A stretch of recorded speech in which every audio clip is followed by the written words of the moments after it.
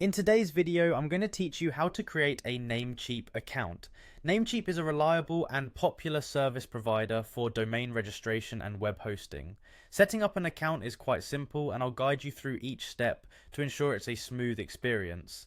Stick with me for the next few minutes, and by the end you'll have your own Namecheap account ready to go. Let's start by opening your preferred web browser and heading over to the Namecheap website. Once you're on their homepage, you'll notice a section at the top right labelled Account. Go ahead and click on that. This will take you to their login page, but since we're creating a new account, look for the Sign Up button. It's usually positioned right next to the login fields. Click on Sign Up and you'll be directed to the account creation page. Now comes the part where you'll start filling in your details. First up is your username.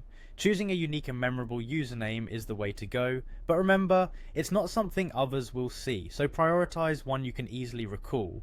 Once you've settled on a username, move on to the next line for your password. Make sure your password is strong. A good combination of letters, numbers, and special characters is always recommended to enhance security.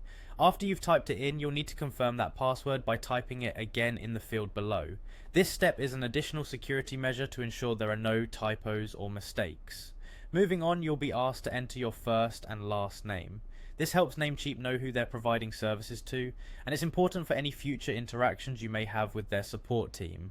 Following that, enter your active email address. This is crucial because Namecheap will use this email for account verification, as well as for sending notifications about your domains or services, so ensure the email you provide is one that you frequently check. The final step is clicking on Create Account and Continue. This button sends all your information to Namecheap, and if everything is correct and validated, your account will be successfully created. In some instances, you might receive an email asking you to verify your email address, which is a common practice to protect against unauthorized account creation.